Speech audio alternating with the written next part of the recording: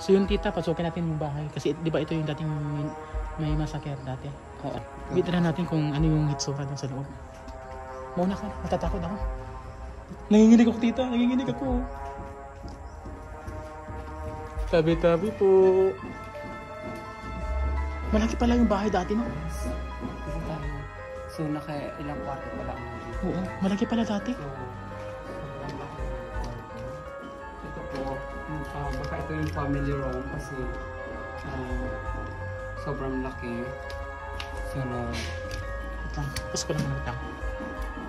tayo family room guys. Ito. Yan. So, kinakabahan ako. Doon tayo sa... Kinakabahan nga din ako. Yeah. 1, 2, 3. Tatlo po yung party dito. So, dito po sila sinugod lahat. Dito sa loob mismo ng loob. Sa gitna ba yun? Yeah.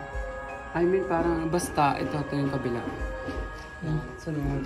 Ito po Balita ko, andun daw yung pinakabata. Balita ko, parang dito yung sa sala kasi... balita ko, ano, di balita ko daw tita.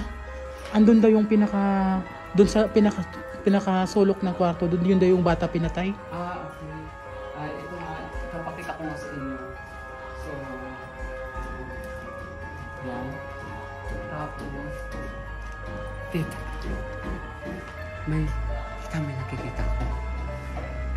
Ito yung bata. Uy, tita, may nakita ako. Ha? Parang may nakaputi. Oo nga. May nakaputi nga, oo nga, promise. Meron nga. Tingnan mo. Wait. Sabi mo, wala naman. Ano pangalan ng bata? Uy, tita. Wag, nakakita ako, tita. Tita, wag. Titiglalapit ako lang baka. Wag, tita. Tara na, uwi na tayo. Uwi na tayo. Ayaw ko. Tara na, bilis na. Natatakot ako. Uy, anong ginagawa mo? Diyan Ano ba yan? John Mark lang pala. Kainis.